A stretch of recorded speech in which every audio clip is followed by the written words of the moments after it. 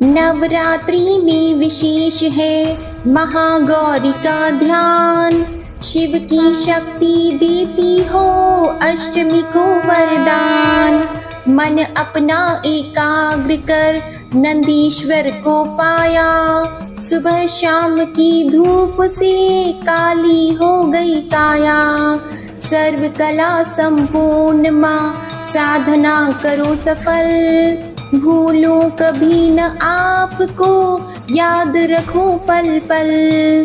सर्व मंगल मांगल्ये शिवे सर्वार्थ साधिके। शरण्ये त्र्यंबके गौरी नारायणी नमोस्तुते।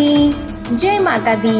ओम नमः शिवाय। प्रिय भक्तजनों, आज आश्विन मास के शुक्ल पक्ष की अष्टमी तिथि है। आज दुर्गा अष्टमी महाअष्टमी का दिन शिव प्रिया माता महागौरी को समर्पित है। आज के दिन पूरे भक्ति भाव से माता महागौरी की कथा का श्रवण करने से व्यक्ति को धन ऐश्वर्य की प्राप्ति होती है और जीवन में सुख समृद्धि आती है। तो आज मैं आपको सुनाने जा रही हूँ माता महागौरी की बड़ी ही दुर्लभ कथा। तो आप सभी भक्तजन इन कथाओं को बड़ी ही श्रद्धा तथा प्रसन्न चित्त मन से सुनिएगा। एक बार नारद जी के उकसाने पर सती भगवान शिव से जिद करने लगी कि उनके गले में जो मुंड की माला है उनका रहस्य क्या है। जब काफी समझाने पर भी वे नहीं मानी तो भगवान शिव ने राज खोल दिया।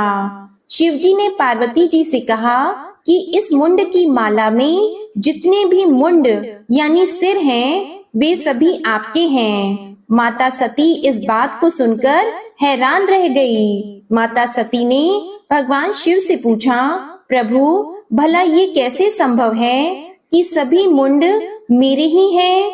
इस पर शिव जी बोले, यह आपका 108वां अवतार है। इससे पहले आप 107 बार जन्म लेकर शरीर को त्याग चुकी हैं और यह सभी मुंड पूर्व जन्मों की निशानी है। इस माला में अभी एक मुंड की कमी है। इसके बाद यह माला पूर्ण हो जाएगी। शिव जी की बात को सुनकर माता सती ने शिव से कहा, प्रभु मैं बार बार जन्म लेकर शरीर त्याग करती हूँ लेकिन आप शरीर त्याग नहीं करते, ऐसा क्यों?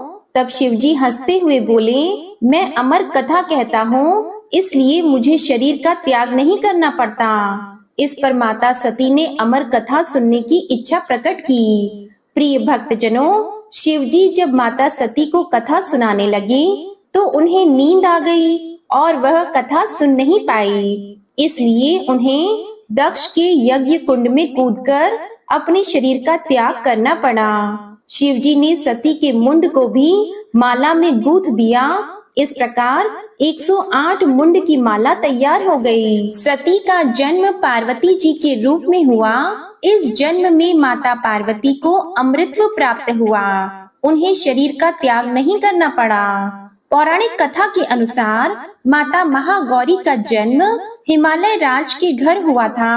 कहा जाता है भगवान शिव जी अपनी पहली पत्नी देवी सती की मृत्यु के कारण गहरी तपस्या में ध्यान में चले गए थे। भगवान शिव ने अपने ध्यान से बाहर आने से जब इनकार कर दिया तो कई वर्षों तक सभी सांसारिक मामलों से वे दूर रहे। इसी बीच तारकासुर नामक एक राक्षस देवताओं को परेशान कर रहा था। देवताओं के अनुरोध पर देवी सती ने हिमालय की पुत्री माता शैलपुत्री के रूप में जन्म लिया। उन्हें माता पार्वती भी कहा जाता था। माता पार्वती ने भगवान शिव को पाने के लिए कठोर तपस्या की। उन्होंने सभी सांसारिक सुखों को भी त्याग दिया। चूंकि वह राजकुमारी थी लेकिन उन्होंने राजकुमारी की तरह रहना स्वीकार नहीं किया और बिना अन्न जल ग्रहण किए उन्होंने शिव जी की घोर तपस्या की। कहा जाता है कि माता पार्वती की घोर तपस्या के कारण ही उन्हें माता ब्रह्मचारिणी के नाम से जाना जाने लगा। हजारों वर्ष बीत गए लेकिन माँ पार्वती ने हार नहीं मानी। ठंड, बारिश और तूफान से लड़ते हुए उन्होंने कुछ भी खाने या पीने से इनकार कर दिया। इससे उनकी त्वचा काली पड़ गई और उनका शरीर भी धूल, मिट्टी, पत्ते आदि से ढक गया। इस गंभीर तपस्या के कारण माँ पार्वती ने अपनी सारी चमक खो दी और बेहद कमजोर हो गईं। अंत में लंबे समय के बाद भगवान शिव ने उनकी तपस्या पर ध्यान दिया, उन्हें उनकी भक्ति की परीक्षा भी ली और यह महसूस किया कि वह वास्तव में सती का ही रूप है।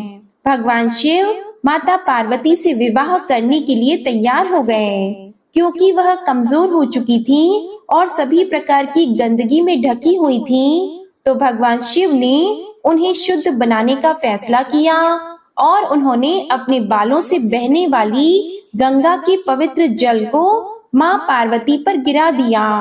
इस पवित्र जल ने माता पार्वती के शरीर की सारी गंदगी धो डाली और उनकी खोई हुई चमक उन्हें वापस प्राप्त हुई। जैसे ही शुद्ध और पवित्र जल उन पर गिरा, उनकी त्वचा ने अपनी प्राचीन चमक वापस पा लिया और वे उत्कृष्ट चमकदार आभा में बदल गईं। उनका रंग चंद्रमा की चमक के समान उज्जवल हो गया, जिससे महादेव जी ने उनका नाम महागौरी रखा।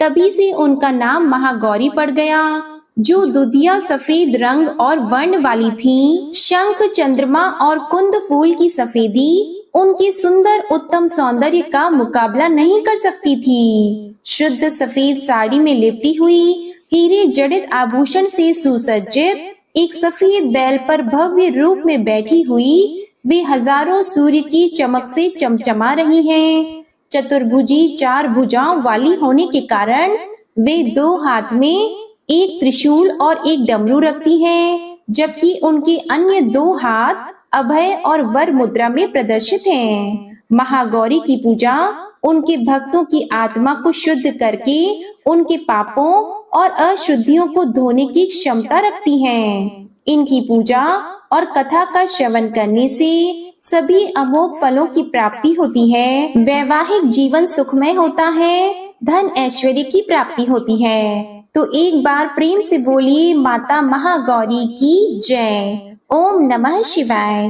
प्रिय भक्तजनों, आइए अब सुनते हैं माँ तारा रानी की कथा। एक समय की बात है, माँ भगवती को मानने वालों में से एक राजा स्पर्श भी थे।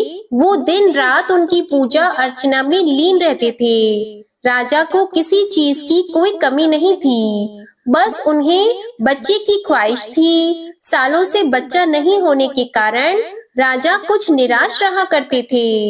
एक दिन राजा की भक्ति से खुश होकर माँ भगवती ने सपने में आकर उसे 2 बेटी होने का वरदान दिया। आशीर्वाद मिलने के कुछ समय बाद राजा के घर एक बेटी पैदा हुई। बेटी पैदा होने की खुशी में राजा ने सबको दावत दी और बेटी की कुंडली बनवाने के लिए पंडितों को बुलवाया। सबने राजा से एक ही बात कही कि यह साक्षात देवी का रूप है। जहाँ भी इसके कदम पड़ेंगे वहाँ खुशियाँ ही खुशियाँ होंगी। यह भगवती देवी की भक्त होगी। इतना सब कहकर पंडितों ने लड़की का नाम तारा रख दिया। कुछ समय के बाद मंगलवार के दिन राजा के घर एक और बेटी पैदा हुई। ज्योतिषियों ने उसकी भी कुंडली बनाई और उदास हो गए। राजा ने जब उनकी उदासी का कारण पूछा तो ज्योतिषियों ने बताया कि ये लड़की आपके जीवन में खूब सारा दुख लेकर आएगी। राजा ने ज्योतिषों से पूछा कि आखिर मैंने ऐसे कौन से खराब कर्म किए थे कि इसने मेरे घर जन्म लिया है। ज्योतिषियों ने बताया कि आपकी दोनों बेटियां राजा इंद्र की अप्सराएं हुआ करती थी। इनमें से बड़ी बहन का नाम तारा और छोटी का नाम रुकमन था। एक दिन ये दोनों मिलकर धरती की सैर करने के लिए गईं। दोनों ने ही वहां पहुंचकर एकादशी के दिन का व्रत रखा। तारा ने अपनी छोटी बहन से कहा कि आज एकादशी का व्रत है, इसलिए बाजार जाकर कुछ ताजे फल ले आओ, लेकिन वहाँ कुछ मत खाना। रुकमन बाजार फल लेने के लिए चली गई। वहाँ उसे मछली के पकौड़े दिखे। उसने झट से उन्हें खा लिया और अपनी दीदी के लिए कुछ फल ले लिए। रुकमन से तारा ने पूछा कि तुम अपने लिए फल क्यों नहीं लाई? तो उसने जवाब दिया कि वो मछली के पकौड़े खाकर आई है। तारा ने गुस्से में कहा कि तुम पापिन हो, एकादशी के दिन तुमने मछली खा ली। ऐसे खराब कर्म के लिए मैं तुम्हें छिपकली बनने का श्राप देती हूँ। अब उसी जंगल में तारा की बहन छिपकली बनकर रहने लगी। वहाँ एक जाने माने ऋषि गुरु गोरख भी अपने कुछ शिष्यों के साथ रहते थे। उनके शिष्यों में से एक बहुत ही घमंडी था। अपने घमंड के चलते वो शिष्य कमंडलों में पानी भरकर एकांत में बैठकर तपस्या करने लगा। तभी एक प्यासी गाय वहां आ गई। उसने सीधे अपना मुंह उस कमंडलों में डाला और पानी पी लिया। पानी पीने के बाद जैसे ही गाय अपना मुंह बाहर को निकालने लगी तो कमंडल नीचे गिर गया और ऋषि का ध्यान भंग हो गया। ऋषि ने देखा कि गाय पानी पी गई है। अब गुस्से में ऋषि ने गाय को एक चिमटे से बुरी तरह घायल कर दिया। इस बात की जानकारी जब गुरु गोरख को पड़ी तो वे तुरंत गाय को देखने के लिए गए। जैसे ही उन्होंने गाय की हालत देखी वैसे ही अपने उस घमंडी शिष्य को आश्रम से बाहर निकाल दिया। कुछ दिनों के बाद गौ माता पर किए गए उस अत्याचार से होने वाले पाप को कम करने के लिए उन्होंने एक यज्ञ करवाया। इस यज्ञ के बारे में गाय को चिमटे से मारने वाले घमंडी शिष्य को भी पता चला। वो सीधे पक्षी का रूप धारण करके यज्ञ स्थल पर गया और भोजन में अपनी चोंच से मरा हुआ सांप डाल दिया। किसी को इस बात की खबर नहीं हुई। यह सब होते हुए तारा से श्राप मिलने वाली छिपकली रुकमन देख रही थी। उसके मन में हुआ कि इसे खाकर सारे लोग मर जाएंगे। सबकी जान बचाने के लिए छिपकली बनी रुकमन सभी लोगों के सामने भोजन पर गिर गई। लोगों ने छिपकली को खूब कोसा और बर्तन को खाली करने लगे। उसी वक्त भंडारा करने वालों को खाने में मरा हुआ सांप भी दिखा।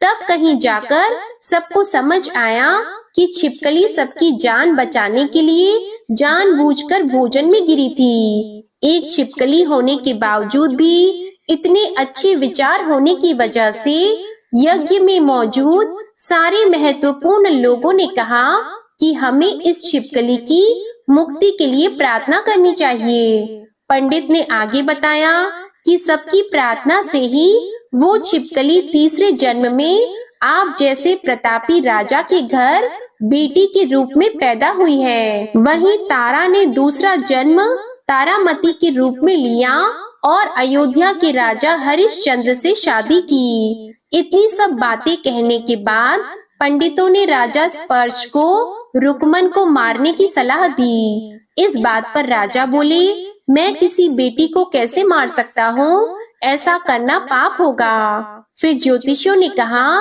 कि एक संदूक में सोना चांदी लगवाकर उसके अंदर लड़की को रख देना और संदूक को पानी में बहा देना। उसमें लगा हुआ सोना चांदी देखकर लोग नदी से संदूक जरूर निकालेंगे और लड़की की जान बच जाएगी। राजा ने ज्योतिषों के बताए अनुसार वैसा ही किया। नदी में सोना चांदी जड़ा हुआ संदूक देखकर काशी के पास ही एक भील ने उसे बाहर निकाल लिया। उसके कोई बच्चे नहीं थे, इसलिए उसने संदूक के अंदर की लड़की को पालने का फैसला लिया। उस भील और उसकी पत्नी ने खूब प्यार से उसे पाला और रुक को उसका नाम रख दिया। बड़ी होते ही दोनों ने रुक्को की शादी करवा दी। रुक्को की सासू माँ तारामती और राजा हरिश्चंद्र के महल में साफ सफाई करने का काम किया करती थी। कुछ दिनों के बाद रुक्को की सासू माँ बीमार हो गई। उनकी जगह रुक्को वहाँ काम करने लगी। तारामती ने उसे देखा और पुराने जन्म के पुण्य के कारण पहचान लिया और उसे कहा कि तुम मेरे साथ बैठ जाओ। तो रुक्को ने कहा कि मैं तो भील हूँ, इसलिए आपके पास नहीं बैठ सकती। तब तारामती ने उसे बताया कि तुम पूर्व जन्म में मेरी ही बहन थी। तुमने एकादशी के व्रत के दिन मछली खा ली थी और मैंने तुम्हें दंड देते हुए छिपकली बना दिया। अब तुम्हें दोबारा मनुष्य जन्म मिला है, तो इस जन्म में माँ वैष्णो देवी की पूजा करके पुण्य कर्म करो। माँ की पूजा से तुम्हारी सारी इच्छाएं भी पूरी होंगी। तारामती की इस बात को सुनने के बाद रुक्को माँ वैष्णो देवी से एक बेटे के लिए प्रार्थना करती है और कहती है कि अगर उसकी मनोकामना पूरी हुई तो वो अपने घर में माँ वैष्णो देवी का पूजन और जागरण कराएगी। माँ वैष्णो देवी उसकी प्रार्थना सुन लेती है और उसे एक बेटा होता है। पुत्र की प्राप्ति के बाद रुक्को उसकी देखभाल और लाड दुलार में माँ वैष्णो देवी की पूजा करना भूल जाती है। ऐसा होते होते 5 साल बीत गए और फिर एक दिन उस बच्चे को चेचक यानी माता निकल आती है। बच्चे की ऐसी स्थिति देखकर परेशान रुक्को अपने पिछले जन्म की बहन तारामती के घर जाकर उन्हें इस समस्या के बारे में बताती है। तब तारामती ने पूछा कि तुमने माँ वैष्णो देवी की पूजा अर्चना में कोई गलती तो नहीं की। फिर रुक्को को याद आता है कि उसने माँ वैष्णो देवी का जागरण कराने का प्रण लिया था। ये बात याद आते ही रुक्को को काफी पछतावा हुआ और मन में उसने माँ से कहा कि बच्चे के ठीक होते ही वो अपने घर में जागरण कराएगी। अगले ही दिन उसका बेटा पूरी तरह स्वस्थ हो जाता है।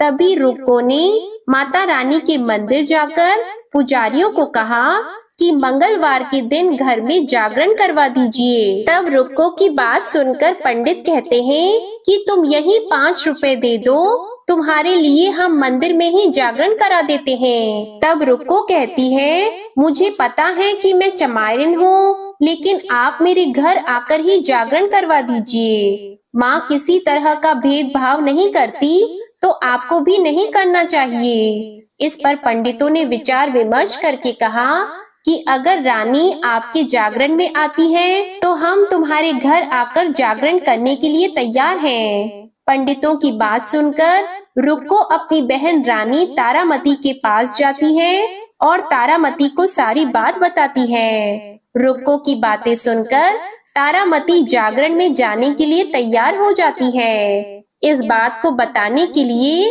रुक्को जब पंडित जी के पास जाती है तब उनके बीच की बातों को सेन नामक नाई सुन लेता है। फिर वह राजा हरिश्चंद्र को जाकर सारी बातें बता देता है। राजा के मन में हुआ कि रानी को नीची जाति वालों के घर जागरण में नहीं जाना चाहिए। इसी वजह से वो अपनी उंगली काट लेते हैं जिससे उन्हें नींद न आए और रानी जागरण में न जा सके। जब जागरण का समय होता है तब भी राजा को जागते हुए देखकर रानी मन ही मन माँ वैष्णो देवी से प्रार्थना करती है कि महाराज को नींद आ जाए ताकि मैं जागरण में जा सकूं। रानी की प्रार्थना के कुछ ही देर बाद राजा को नींद आ जाती है।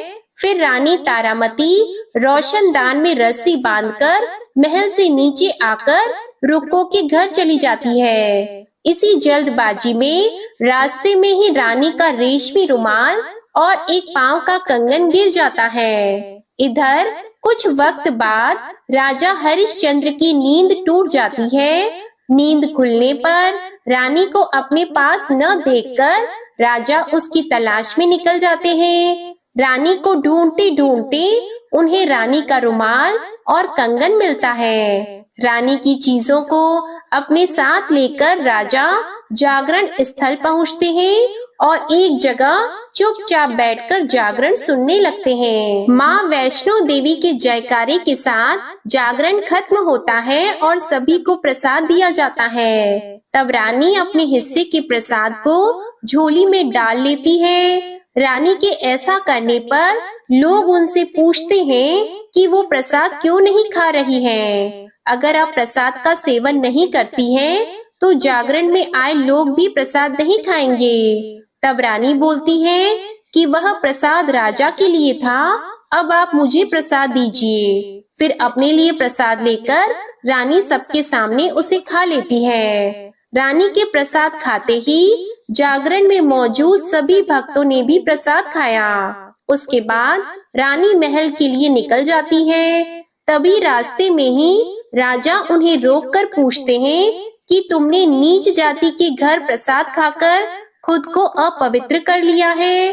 तुमने मेरे लिए भी प्रसाद रखा है, अब तुम उससे मुझे भी अपवित्र करना चाहती हो। अब मैं तुम्हें अपने महल नहीं लेकर जा सकता। यह बोलते हुए जब राजा रानी की झोली को देखता है, तब उन्हें प्रसाद की जगह गुलाब, चंपा जैसे अनेक फूल और कच्चे चावल और सुपारियां नजर आती हैं। इस चमत्कार को देखकर राजा हैरान हो जाते हैं। फिर राजा चुपचाप रानी को अपने साथ लेकर महल पहुंचते हैं। वहां रानी बिना माचिस के ही माता रानी के सामने दीप जलाकर राजा हरिश्चंद्र को और हैरान कर देती है। फिर रानी बोलती है कि माता के दर्शन करने के लिए बहुत बड़ा त्याग करना पड़ता है। इसके लिए आपको अपने बेटे रोहिताश्व की बलि देनी होगी, तभी माँ दुर्गा आपको साक्षात दर्शन देगी। यह सुनकर राजा के मन में माँ के दर्शन की इच्छा होने लगी, जिसके लिए राजा अपने पुत्र की बलि देते हैं। बलि देने के बाद माँ दुर्गा शेर पर सवार होकर प्रकट होती हैं। उन्हें देखकर राजा हरिश्चंद्र काफी खुश हो गए और माँ दुर्गा ने तुरंत राजा के बेटे को दोबारा जिंदा कर दिया। इस चमत्कार को देखकर राजा हरिश्चंद्र खुश हो गए और तभी राजा ने माँ की पूरी विधि से पूजा करके उनसे अपनी गलतियों की माफी मांगी। माँ दुर्गा ने भी राजा को खुश रहने का आशीर्वाद दिया और अंतर ध्यान हो गई। तब राजा ने तारा रानी से कहा कि मैं बहुत खुश हूँ कि मुझे पत्नी के रूप में आप मिली है। फिर राजा हरिश्चंद्र, तारा रानी और रुक्मन तीनों अपनी मनुष्य योनि से छुटकारा पाकर देवलोक में चले जाते हैं। प्रेम से बोलिए माता रानी की जय। जय अम्बे माँ। ओम नमः शिवाय। और अब देवी दुर्गा का ध्यान करते हुए दुर्गा सप्तशती का अध्याय 11 का श्रवण करते हैं। इस अध्याय में देवताओं द्वारा देवी की स्तुति तथा देवी द्वारा देवताओं को वरदान प्राप्त होने का वर्णन है। ऋषि कहते हैं, देवी के द्वारा वहां महादैत्यपति शुंभ के मारे जाने पर इंद्र आदि देवता अग्नि को आगे करके उन कात्यायनी देवी की स्तुति करने लगे। उस समय अभीष्ट की प्राप्ति होने से उनके मुख कमल दमक उठे थे और उनके प्रकाश से दिशाएं भी जगमगा उठी थी। देवता बोले, शरणागत की पीड़ा दूर करने वाली देवी हम पर प्रसन्न होइए। संपूर्ण जगत की माता प्रसन्न होइए। विश्वेश्वरी, विश्व की रक्षा कीजिए। देवी, तुम ही चराचर जगत की अधीश्वरी हो। तुम इस जगत का एकमात्र आधार हो, क्योंकि पृथ्वी रूप में तुम्हारी ही स्थिति है। देवी, तुम्हारा पराक्रम अलंघनीय है। तुम ही जल रूप में स्थित होकर संपूर्ण जगत को तृप्त करती हो। तुम अनंत बल संपन्न वैष्णवी शक्ति हो। इस विश्व की कारण भूता परम माया हो। देवी, तुमने इस समस्त जगत को मोहित कर रखा है। तुम ही प्रसन्न होने पर इस पृथ्वी पर मोक्ष की प्राप्ति कराती हो। देवी, संपूर्ण विद्याएं तुम्हारे ही भिन्न भिन्न स्वरूप हैं। जगत में जितनी स्त्रियां हैं वे सब तुम्हारी ही मूर्तियां हैं। जगदम्बे, एकमात्र तुमने ही इस विश्व को व्याप्त कर रखा है। तुम्हारी स्तुति क्या हो सकती है? तुम तो स्तवन करने योग्य पदार्थों से परे एवं परवाणी हो। जब तुम सर्वस्वरूपा देवी स्वर्ग तथा मोक्ष प्रदान करने वाली हो, तब इसी रूप में तुम्हारी स्तुति हो गई। तुम्हारी स्तुति के लिए इससे अच्छी उक्तियां और क्या हो सकती है? बुद्धि रूप से सब लोगों के हृदय में विराजमान रहने वाली तथा स्वर्ग एवं मोक्ष प्रदान करने वाली नारायणी देवी, तुम्हें नमस्कार है। कला, काष्ठा आदि के रूप से क्रमशः परिणाम की ओर ले जाने वाली तथा विश्व का उपसंहार करने में समर्थ नारायणी, तुम्हें नमस्कार है।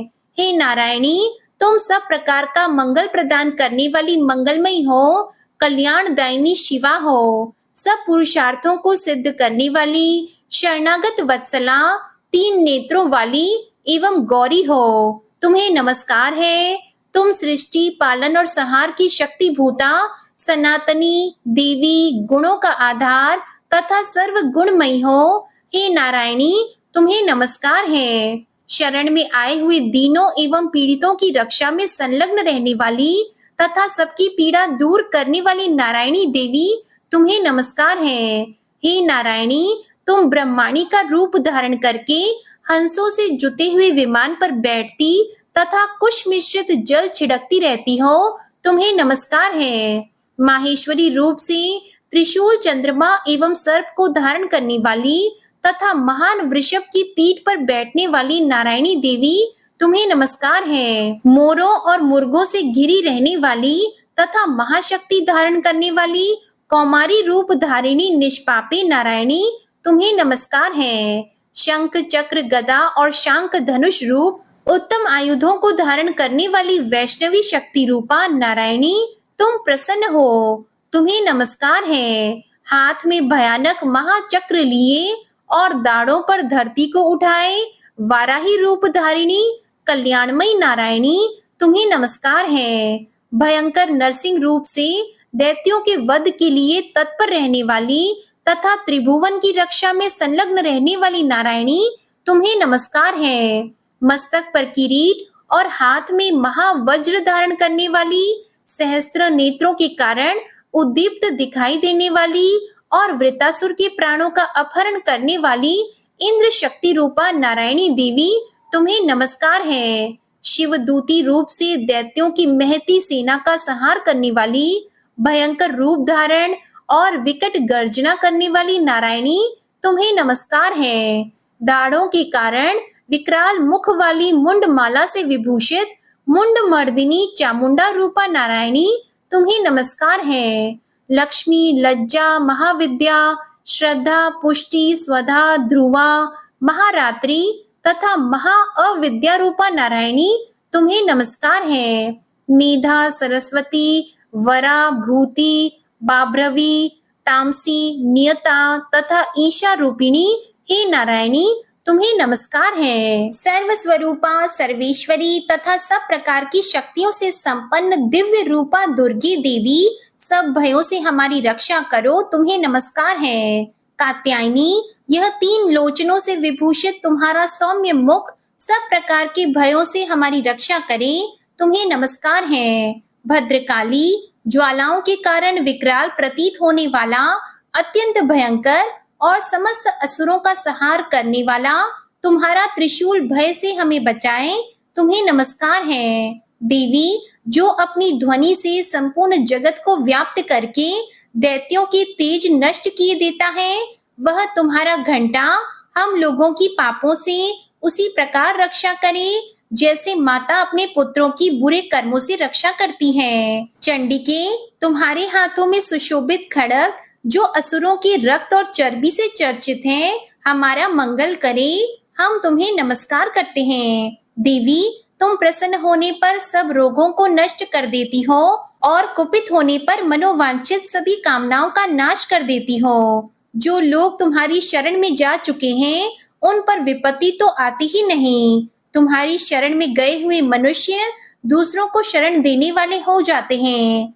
देवी अंबिके, तुमने अपने स्वरूप को अनेक भोगों में विभक्त करके नाना प्रकार की रूपों से जो इस समय इन धर्मद्रोही महादैत्यों का संहार किया है, वह सब दूसरी कौन कर सकती थी। विद्याओं में, ज्ञान को प्रकाशित करने वाली शास्त्रों में तथा आदि वाक्यों में तुम्हारे सिवा और किसका वर्णन है, तथा तुमको छोड़कर दूसरी कौन सी ऐसी शक्ति है जो इस विश्व को अज्ञानमय घोर अंधकार से परिपूर्ण ममता रूपी गड्ढे में निरंतर भटका रही हो। जहाँ राक्षस, जहाँ भयंकर विष वाले सर्प, जहाँ शत्रु, जहाँ लुटेरों की सेना और जहाँ दावानल हो, वहां तथा समुद्र के बीच में भी साथ रहकर तुम विश्व की रक्षा करती हो। विश्वेश्वरी, तुम विश्व का पालन करती हो, विश्व रूपा हो, इसलिए संपूर्ण विश्व को धारण करती हो। तुम भगवान विश्वनाथ की भी वंदनीय हो।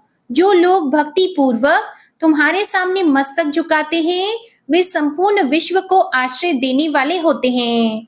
देवी प्रसन्न हो, जैसे इस समय असुरों का वध करके तुमने शीघ्र ही हमारी रक्षा की है, उसी प्रकार सदा हमें शत्रुओं के भय से बचाओ। संपूर्ण जगत का पाप नष्ट कर दो और उत्पात एवं पापों के फल स्वरूप प्राप्त होने वाले महामारी आदि बड़े बड़े उपद्रवों को शीघ्र दूर कर दो। विश्व की पीड़ा दूर करने वाली देवी, हम तुम्हारे चरणों पर पड़े हुए हैं, हम पर प्रसन्न हो जाओ।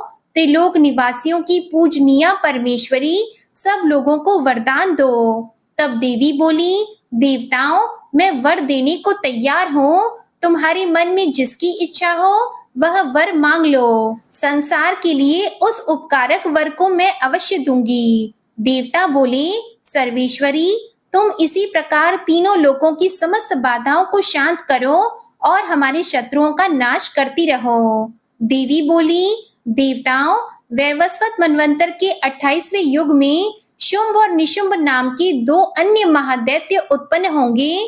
तब मैं नंद गोप के घर में उनकी पत्नी यशोदा के गर्भ से अवतीर्ण होकर विंध्याचल में जाकर रहूंगी और उक्त दोनों असुरों का नाश करूंगी। फिर अत्यंत भयंकर रूप से पृथ्वी पर अवतार लेकर मैं वैप्रचित नाम वाले दानवों का वध करूंगी। उन भयंकर महादैत्यों को भक्षण करते समय मेरे दांत अनार के फूल की भांति लाल हो जाएंगे। तब स्वर्ग में देवता और मर्त्य लोक में मनुष्य सदा मेरी स्तुति करते हुए मुझे रक्त दंतिका कहेंगे। फिर जब पृथ्वी पर 100 वर्षों के लिए वर्षा रुक जाएगी और पानी का अभाव हो जाएगा, उस समय मुनियों के स्तवन करने पर मैं पृथ्वी पर अयोनिजा रूप में प्रकट होंगी और 100 नेत्रों से मुनियों को देखूंगी। अतः मनुष्य शताक्षी इस नाम से मेरा कीर्तन करेंगे। देवताओं, उस समय मैं अपने शरीर से उत्पन्न हुए शाकों द्वारा समस्त संसार का भरण पोषण करूंगी। जब तक वर्षा नहीं होगी तब तक वे शाक ही सबके प्राणों की रक्षा करेंगे। ऐसा करने के कारण पृथ्वी पर शाकंभरी के नाम से मेरी ख्याति होगी। उसी अवतार में मैं दुर्गम नामक महादैत्य का वध भी करूंगी। इससे मेरा नाम दुर्गा देवी के रूप से प्रसिद्ध होगा। फिर मैं जब भीम रूप धारण करके मुनियों की रक्षा के लिए हिमालय पर रहने वाले राक्षसों का भक्षण करूंगी, उस समय सब मुनि भक्ति से नतमस्तक होकर मेरी स्तुति करेंगे। तब मेरा नाम भीमा देवी के रूप में विख्यात होगा। जब अरुण नामक दैत्य तीनों लोकों में भारी उपद्रव मचाएगा, तब मैं तीनों लोकों का हित करने के लिए 6 पैरों वाले असंख्य भ्रमरों का रूप धारण करके उस महादैत्य का वध करूंगी। उस समय सब लोग भ्रामरी के नाम से चारों ओर मेरी स्तुति करेंगे। इस प्रकार जब जब संसार में दानवी बाधा उपस्थित होगी, तब तब अवतार लेकर मैं शत्रुओं का संहार करूंगी। ओम नमः चंडिकाय। इस प्रकार श्री मार्कंडेय पुराण में सावर्णिक मनवंतर की कथा के अंतर्गत देवी महात्म्य में देवी स्तुति नामक 11वां अध्याय पूरा हुआ। और अब सुनते हैं दुर्गा सप्तश्लोकी का पाठ। पूरे भक्ति भाव के साथ ओम नमः चंडिकाय इस मंत्र का उच्चारण कीजिए और अपने दोनों हाथ जोड़कर माँ भगवती जगदम्बा को प्रणाम करके इस पाठ को श्रवण कीजिए। भगवान शिव बोले, हे देवी, तुम भक्तों के लिए सुलभ हो और समस्त कर्मों का विधान करने वाली हो। कलयुग में कामनाओं की सिद्धि हेतु यदि कोई उपाय हो तो उसे अपनी वाणी के द्वारा सम्यक रूप से व्यक्त करो। तब देवी ने कहा, हे देव, आपका मेरे ऊपर बहुत स्नेह है। कलयुग में समस्त कामनाओं को सिद्ध करने वाला जो साधन है वह बतलाऊंगी, सुनो। उसका नाम है अम्बा स्तुति। ओम इस दुर्गा सप्तश्लोकी स्तोत्र मंत्र के नारायण ऋषि हैं, अनुष्टुप छंद हैं, श्री महाकाली, महालक्ष्मी और महासरस्वती देवता हैं। श्री दुर्गा की प्रसन्नता के लिए सप्तश्लोकी दुर्गा पाठ में इसका विनियोग किया जाता है। वे भगवती महामाया देवी ज्ञानियों के भी चित्त को बलपूर्वक खींचकर मोह में डाल देती हैं। हे माँ दुर्गे, आप स्मरण करने पर सब प्राणियों का भय हर लेती हो और स्वस्थ पुरुषों द्वारा चिंतन करने पर उन्हें परम कल्याणमयी बुद्धि प्रदान करती हैं। दुख, दरिद्रता और भय हरने वाली देवी आपके सिवा दूसरी कौन है जिसका चित्त सबका उपकार करने के लिए सदा ही दयाद्र रहता हो। हे नारायणी, आप सब प्रकार का मंगल प्रदान करने वाली मंगलमयी हो, कल्याणदायिनी शिवा हो, सब पुरुषार्थों को सिद्ध करने वाली शरणागत वत्सला, 3 नेत्रों वाली एवं गौरी हो, आपको नमस्कार है। शरण में आए हुए दीनों और पीड़ितों की रक्षा करने में संलग्न रहने वाली तथा सबकी पीड़ा दूर करने वाली नारायणी देवी, आपको नमस्कार है। सर्वस्वरूपा, सर्वेश्वरी तथा सब प्रकार की शक्तियों से संपन्न दिव्य रूपा दुर्गे देवी, सब भय से हमारी रक्षा करो, आपको नमस्कार है।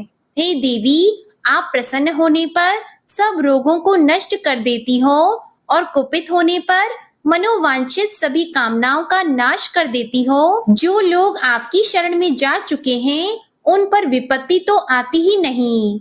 आपकी शरण में गए हुए मनुष्य दूसरों को शरण देने वाले हो जाते हैं। हे सर्वेश्वरी, आप इसी प्रकार तीनों लोकों की समस्त बाधाओं को शांत करो और हमारे शत्रुओं का नाश करती रहो। इस प्रकार से श्री दुर्गा सप्त श्लोकी संपूर्ण हुआ। ओम नमः चंडिकाय। प्रिय भक्त जनों, आइए अब हम सब मिलकर माँ महागौरी की आरती गाएं। ओम जय जय महागौरी, मैया जय जय महागौरी, निश दिन ध्यावत तुमको हरि ब्रह्मा शिवरी। ओम जय जय महागौरी, डमरु त्रिशूल धारणी, पापों का नाश करे, वृषभ वाहन पर विराजे, माँ कल्याण करे। ओम जय जय महागौरी, श्वेत वस्त्र माता का छवि है मन भावन, सच्चे मन से पुकारो, मैया देगी दर्शन। ओम जय जय महागौरी, गौरवर्ण मैया का साधक रहे प्रसन्न, श्रद्धा पुष्प चढ़ाओ, पावन कर दो मन। ओम जय जय महागौरी, अष्टमी नवरात्रि में पूजा माँ की करो, माँ विपदा है मिटाती, माँ का ध्यान करो। ओम जय जय महागौरी, अवतार लियो दक्ष के घर में लीला निराली की, शिव बैरागी खोए, मोहिनी थी डाली। ओम जय जय महागौरी, शरणागत की रक्षा मात भवानी तुम, सुन लो माता अर्जी, आए द्वार तुम्हारे हम। ओम जय जय महागौरी, मंदिर में माँ तेरे सदा ही सुख बरसे, अन्न धन सब माँ पावे, अपूर्ण नर न रहे। ओम जय जय महागौरी, माँ महागौरी की आरती जो जन नित गावे, भव सिंधु से तरे वो, दुख सब मिट जावे। ओम जय जय महागौरी, ओम जय जय महागौरी, मैया जय जय महागौरी, निश दिन ध्यावत तुमको हरि ब्रह्मा शिवरी। ओम जय जय महागौरी। प्रेम से बोलिए माँ महागौरी माता की जय। क्षमा याचना। हे परमेश्वरी, मेरे द्वारा रात दिन सहस्त्रों अपराध होते रहते हैं।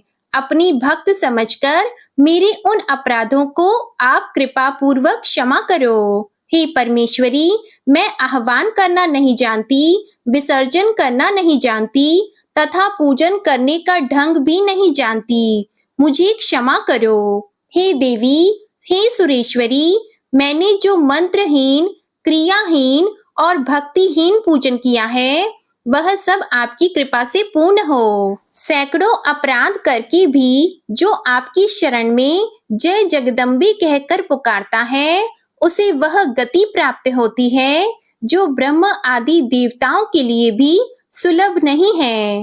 हे जगदम्बिके, मैं अपराधी हूँ, किंतु आपकी शरण में आई हूँ। इस समय दया की पात्र हूँ। आप जैसा चाहो करो, देवी परमेश्वरी, अज्ञान से, भूल से अथवा बुद्धि भ्रम होने के कारण मैंने जो कुछ भी कम या अधिक कर दिया हो, वह सब क्षमा करो और प्रसन्न हो। हे सच्चिदानंद स्वरूपा परमेश्वरी, हे जगन्माता कामेश्वरी, आप प्रेम पूर्वक मेरी यह पूजा स्वीकार करो और मुझ पर प्रसन्न रहो। देवी सुरेश्वरी, आप गोपनीय से भी गोपनीय वस्तुओं की रक्षा करने वाली हो। मेरी पूजा को ग्रहण करो और आपकी कृपा से मुझे सिद्धि की प्राप्ति हो। प्रेम से बोलिए माँ महागौरी माता की जय। आपको आज की कथा, आरती और क्षमा याचना पसंद आए तो इस वीडियो को लाइक करके ज्यादा से ज्यादा शेयर कीजिएगा और चैनल भी जरूर सब्सक्राइब कीजिएगा। प्रेम से बोलिए जय माता दी।